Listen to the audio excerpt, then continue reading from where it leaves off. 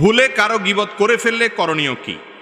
আপনি যদি কারোর গীবত করে ফেলেন, কারোর পেছনে সমালোচনা করে ফেলেন, এটা অন্যায়, বান্দার হক নষ্ট করলেন, তাহলে কি করবেন? এই গীবতের কাফফারা বা ক্ষতিপূরণ হিসাবে আপনি 4টি কাজ করবেন। নাম্বার 1, আল্লাহর কাছে মাপ চাইবেন। আল্লাহ, আমি গীবত করে ফেলেছি। গীবত করা কি হালাল না হারাম? একটু আগে আপনারা গীবত সম্পর্কে আলোচনা শুনছেন, ওয়াজ শুনেছেন। গীবত করা কিরকম হারাম?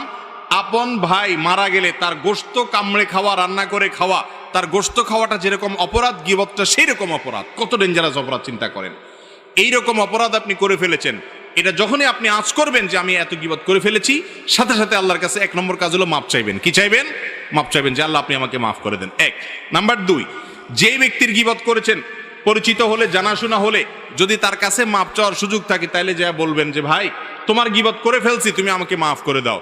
আর যদি মাপ চাইতে গেলে বরং আরো ভেজাল বাড়ে, বলে যে কি সর্বনাশ, কি গীবত করছো আমার, বলো। এরপরে যদি সে শোনার পরে আরো উল্টা আপনার উপরে চড়াও হয়, সম্পর্ক নষ্ট হওয়ার ভয় থাকে, তাহলে দরকার নাই তার কাছে মাপ চাওয়ার। তাহলে সেক্ষেত্রে 3 নম্বর কাজ করবেন। সেটা কি? সেটা হলো তার জন্য আল্লাহর কাছে মাপ চাইবেন। এবং এ বিষয়ে বিভিন্ন হাদিসে বর্ণনা পাওয়া যায় যে গীবত হয়ে গেলে, যার গীবত করে ফেলেছেন তার নাম ধরে বলবেন আল্লাহ অমুককে আপনি মাফ করে দেন। এটা ইনশাল্লাহ আপনার গীবতের কি হবে? কাফারা হিসাবে কাজ করবে।